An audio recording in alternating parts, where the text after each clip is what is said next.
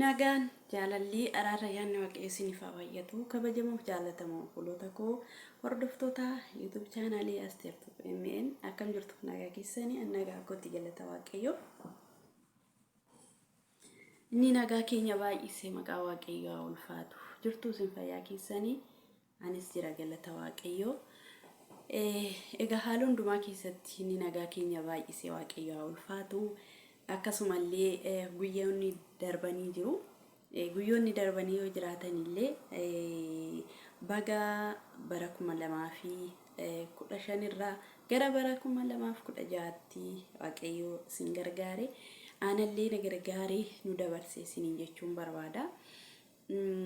Guyyoota kana keessa miti guyyaa tokkoyyuu darbuun hin ulfaata garuu yoo waaqayyo nama gargaare hundi isaayyuu hin darbama jechuudha galanni waaqayyoof haa ta'u.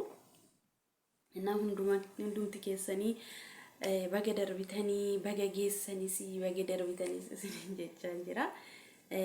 Nagaa keessan miti isin nagaa kootti galata waaqayyo. Egaa yeroo mara viidiyoodhaan hin ba'u haalli hin mijatu. Egaa kaayyoodhaaf malee wantichi silaayyuu ni mijata jennee hin jalqabne. Namni kaayyoo qabu immoo jechuudha haaluma mijatne keessatti kaayyoo isaatiif carraaqa malee haala keessa jiru wal madaalu jechuudha. Haalli keessa jiruu fi kaayyoon keenya gonkumaa wal madaalu jechuudha. Haalli keessa jiru wanta ulfaataa ta'uu danda'a. Kaayyoon keenya garuu kaayyoodha jechuudha. Innaa kanaaf isin nagaa keessan mini nagaa kiyya galatni waaqayyoof haa ta'u karaa hundumaatti baga waaqayyo isin gargaaree baga waaqayyo nu gargaaree maatii keenya nagaa biyya keenya nagaa jaalalaaf tokkummaa waaqayyo nuuf haa kennu isiniin jechuun jaalladha. Asteer maal qabattee dhuftee har'a immoo waggaa tokko keessatti viidiyoodhaan as baatee maal qabattee dhuftee jechuun keessaniin oolu. Innaa warri waamicha si waamee koottaa buna dhugaa jedhee haftanis hin gaafatamtu jechuudha. Waan haftaniif hin gaafatamtu jechuudha. Akkasitti immoo waliin dhiisnu. Innaa egaa obboloota koo har'aa waaqayyo na gargaaree anallee isinillee gargaaree karaa hundumaatti inni haala hundumaa keessatti haala keenya mijeessee waaqayyo haa ulfaatu. Gidduu keessanitti waa qabadhee dhiyaadhe wanti nani qabadhee dhiyaadhe. Meeshaan dura faarfannaa tokkoon waaqayyo galateeffanna.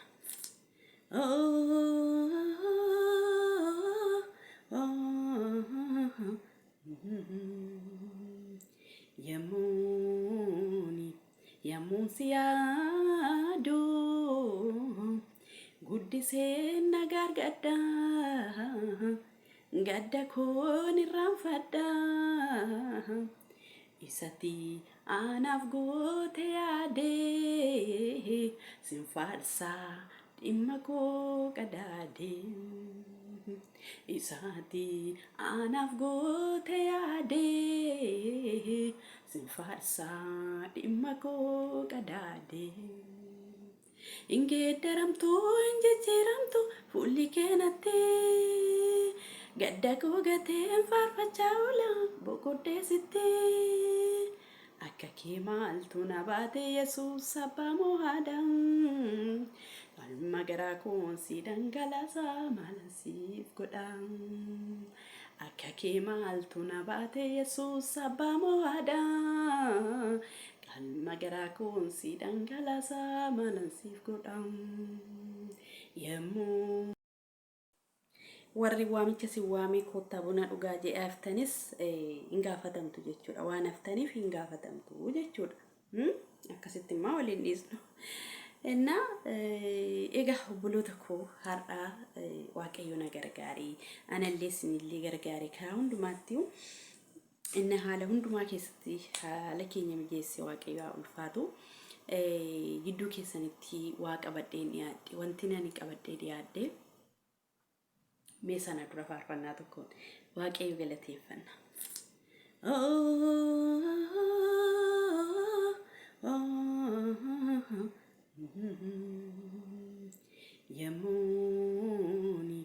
Yemmuun si yaadu guddisee argadda gadda koon irraan fadda isati anaaf goote yaade sinfaarsa dhimma koo qadaade isati anaaf goote yaade sinfaarsa dhimma koo qadaade ingeddaramtu injijjiiramtu fuulli keenatti gadda koo gateen faarfachaa oola boqoddeesitti. Isaan galgallis ganamnis akkuma beektan kiniiniidha jechuudha. Kiniiniidha. Ani immoo kiniinii sana hin nyaadhu. Kiniiniin ani nyaadhu tokko jira. Kiniiniin ani nyaadhee humna isaa keessaa argadhu tokko jira. Kiniiniin kuni humna hojjetuuf keessaa kan qabu walitti. Kiniiniin kun humna kana jechuudha. Sagalee kana nyaadhe jechuudha. Humna sagalee kanaatti namana jechuudha. Inni kiniini isaan galgalaaf ganama nyaatan caala humna qaba waan ta'eef humna sagalee kanaatti anaan na fayyisa jechuudha. Ameen. Lallabuuf garuu sagalee kanatu na fayyisa siin jechuudha malee jechuudha. Inna maal siin jechuu barbaadeetanii inna ilkaan kootu na dhukkuba ture. Ilkaan na dhukkuba. Ilkaan immoo an dhibee ilkaan illee hin qabu. Dhibee kamillee hin qabu jechuudha. Dhibee wanna tokkotu jira. Innis garaa ciniinnaadha jechuudha. Isa kana isinii fannisa. Isa kana isinii fannisa. Sababii maaliitiif akka garaan nama cinii jee'atti isinii fannisa. Achumatti achumatti. Inna ashii kana tokkittiidha. Kan nawantirii jedhu na rakkisa Roomaraa. Inni iyyuu amma galata Waaqayyoo. Humna kadhannaati maal ta'a dhufeera humni isaa dadhabeera jechuudha. Inna nan dhukkuba ilkaan kuni amma kan waggaa ga'eera baqa jechuudha. Waggaa lamaaf deema jechuudha. Yaa kun dhiyootti jechuu barbaade nan dhugaa ba'umsa guddaa hedduun qaba waan ta'eef. Inna ilkaan kun na dhukkuba baay'ee na dhukkuba asiin akkas na xazaxazaan dhukkuba gaafa na dhukkubu kana nyaachuun danda'u ciisuun dandeessanii halkan rimu jiru guyyaa akkasitti dhibee ilkaanii warra beekutu beekaga amman booddee maal jennee sana booddee akkas bicha wanta nyaata wayitoo nyaadhu nyaanna sana akkas intani jedhee ilkaan koo kuni bukkeedhaan akkas cabe jechuudha. Inna mana kiimii deemee na dhukkube baay'ee nobse jechuudha. Na dhukkube baay'ee obse mana kiimii deemee mana kiimii gaafa deemu waan baay'ee na ajaa'ibsiise keessaa dhugaa ba'umsa jechuun isaan kaan waan jalqabe steeppiin kutaa kutaadhaan yoo ta'e malee isaan kan jalqabame gonka addaan dhaabbachuu qabu jechuudha. Kuni garuu waan adda ta'e mataa isaa danda'e tokko waan tokko keessaa dhugaa siniif baafi malee mana kiyya dhugaa ba'umsa hedduu jira jechuudha. Umurii ijoollummaa kootiin ani qormaan inatti darbatamaa garuu inni hunda danda'u Waaqayyo na dabarsa jechuudha. Inna akka salphaatti sin geenye jechuudha. Inna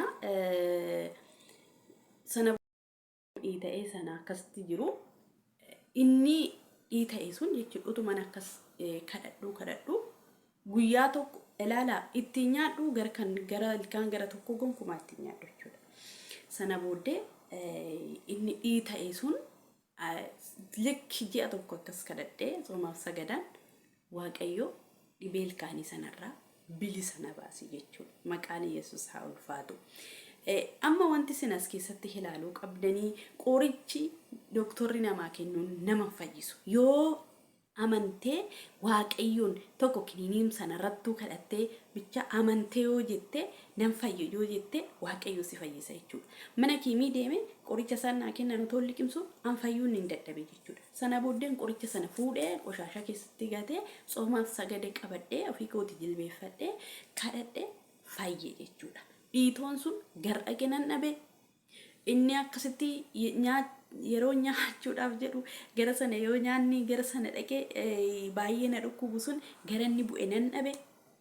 Inna walumaa galatti harki Waaqayyoo dhibee sana jechuudha. Ilkaan sun yeroo kan na dhukkubaa na xazaxazaa beektu gaaf dhibee ilkaanii an dhibee ilkaanii sin qabu biyyum kana dhufee argee jechuudha. Inna na xaxaxabsaa halkan rafeen buluu guyyaa mataan kiyya akkasitti lafti naan maraa ilaalaa sinuu beektu. Inna sana waan na ajaa'ibsiise keessa kiniinii sana nan gate soma sagada nan qabadhe akkasittiin waaqayyo gooftaan na fayyise. Dhiitoon sun garanni dhaqinan dhabe dhiita'ee keessa duubaan otoo hin ta'in obboleta kiyya keessaani kan dhiita'e jechuudha. Keessaani kan dhiita'e. Isaanoo meerre eessa jira naan jedhu. Anaan garuu keessaani jechuudha kan dhiita'e akka sarraba kiyyan dabarsu nyaata keessatti dabarsu akka marfeetti nama waraana jechuudha. Inna isaarraa akkasittiin waaqayyo gooftaan na fayyise isiniin jechuun barbaada. Egaa dhugaa ba'umsi koo inni itti aanu immoo jechuudha. Dhugaa ba'umsi koo inni itti aanu immoo otuma akkasitti ilkaan kun na dhukkubu qoshashaa gatuun bahe jechuudha. Qoshashaa gattee gaafan akkas deebi'uudhaa dhufu ani ilkaan kiyya waan na dhukkubuu fi baay'ee asillee illee hin jenne bakka zimmuma hidhee isan ilkaan kiyya na dhukkubu malee as bitaa mirga kiyya illee ni ilaalle jechuudha. Dhiyeera sa'aatiin sokkeera akka biyya Soodiitti sa'aatii tokko yeroo sana jechuudha. Sa'aatii tokko bakka waan baay'ee na dhukkubeef jecha gadi hin baane jechuudha. Sana booddee qoshashaan immoo mana bulee hin beektu foolii godhata. Sana ka'eetaniin otuma ilkaan kiyya kun na dhukkubuun hin bahe jechuudha. Baheetanii egaa dhugaa ba'umsi koo kana fakkaata akkasumas illee mudannoo yookiin dhugaa ba'umsuma walitti mudannoos miti. Kanaaf waaqayyo na gargaaree na oolcheera. Isinillee waaqayyo naaf galateeffadha. Akkasuma immoo amantii qabaadha. Nama amantii qabaatu ta'a. Jabaadha.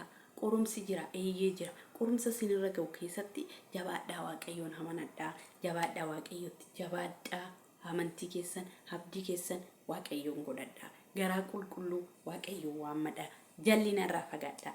Gooftaatti dhiyaadha. Inni isinitti dhiyaata. Hamaa irraa fagaadha. Isiniin jedha komantii keessan jalatti dhugaa ba'umsa hedduu qabaatte ittiin ofuuf yoo ta'anis ittiin isiniif ofaa yeroo argadhe yeroon argadhe dhugaa ba'umsicha garuu itti baraada asitti xinnoon ulfaata dhugaa ba'umsi jiranii dhugaa ba'umsoonni jiranii xiqqoo ishiin ulfaata jechuudha. Xiqqoon ulfaata. In ulfaata. Kanaaf inni waaqayyo nu gargaare gara biyyaa gallees itti fufuu dandeenya. Inna jabaadha. Har'a dhibamaa hoo jiraattan, har'a bo'aa hoo jiraattan, har'a rakkachaa, har'a qorumsi isinitti ari'atamaa yoo jiraattan maaltu naaf birmata, maaltus naa dubbata, eenyutus fira maaliin qaba jettanii dhibeessoo ta'e, maaliisoo ta'e giduma ofirra teessanii bo'ootoon ta'e kadhadhaa, jabaadhaa. Bakka waaqayyoon amanadha. Obboloota kun wanti dubartittii waggaa 12 dhiigni ishii lola'e waaqayyoon amanatte battala sanatti dabar. Battala sanatti dhiigni ishii qaxeerraa citeedha. Nu wanti nu guddaan miidhaan keenya nu guddaan maal isinitti fakkaate? Amantii dhabuu jechuudha. Nama amantii qabuuf immoo hunduun ta'a. Isiniin jaaladha. Amantii kam keessa iyyuu jiraadha. Isiniin kabaja. Isiniin jaaladha. Ayyaanni waaqayyo isiniif haa baay'atu. Obboleettii keessan Asteerii waan na dhaggeeffattaniif na eebbifama. YouTube channel kootiif haaraa warri taatanii miti jechuudha. Nama biraati jechuudha. Inna achi booddee qiimii qabatanii mucaanni guddaan inni mana kana jechuudha. Qiimii qabatee maal jedhama? Cuubeen tokko karaa afur qabdi. Cuubee kana qabatee yeroo hundumaa zoora jechuudha. Cuubee kana qabatee yeroo hundumaa zoora jechuudha. Ana immoo maaltu natti dhagahama? Sababa kootiin akka sababa hin taane.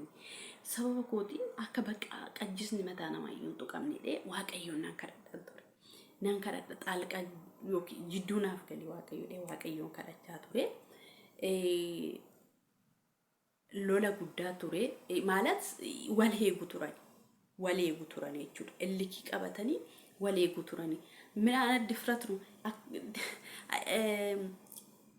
difratee akkamii yookiis immoo akkamittiin kabaja nurraa fuudhu isaati. Sararatanyaa keenya maaliif kan keenya jedhee itti ka'a jedhanii lolli ka'a. Mucaan illikii qaba, illikii wal qabu. Galee manatti hin dubbatu hoon jedhee hin ba'a jechuudha. achi booddee namni akkasii wal eeggachaa jiru. Maa inni rakkinni jiru akkas wal eeggachaa jiru. Ilmi kee akkas maal eegaa jira? Cubee baataa harkatti bichaa nama eeggachaa jira eegi jedhanii haadhatti warra ollaa himan jechuudha. Sana booddee akkas jedhanii ilaala nama yuun beeku mana yu bayeen beeku mana banana san dhufee na hinnaan jedhu sarraatanyatu nu jalaa badee kan nu jalaa badde immoo ishii fakkaatti kanaafi jedhee annamichi inna akkasittiin sababa koottillee seexanni sababa koo fakkeessiteellee wal qabsiiste ilkaan achina dhukkuba asii mul'olle asinatti baname enna lachuu hundumaattu gaduman jedhe gadeewwan siniin jedhu jilbeeffadhee waaqayyo harkaa isa seexanni kaasi cabse isa dhibeennatti dhufes cabse kana maaltu godhee humna waaqayyootu godhe jechuudha. Lolli sunis hin qabbanaa'ee isaanis wal eeggachuu dhiisanii achiin booddee biiroo deemanii paaspoortii koo yoo laalchisan maqaa koo yoo laalchisan si jamaran eeggaa hawwiidhaaniin hojjedha. Isheen immoo paaspoortii ishii isaan akka jira hin badde walitti dhufnu sana booddee dhugaa warri maatii bira hojjedhu kun argatanii inni sun immoo ifama gaafatee akkasittiin sababa kootiin illee isaanillee too waliin miidheen waaqayyo isaan baasee anillee walumaa galatti harki waaqayyo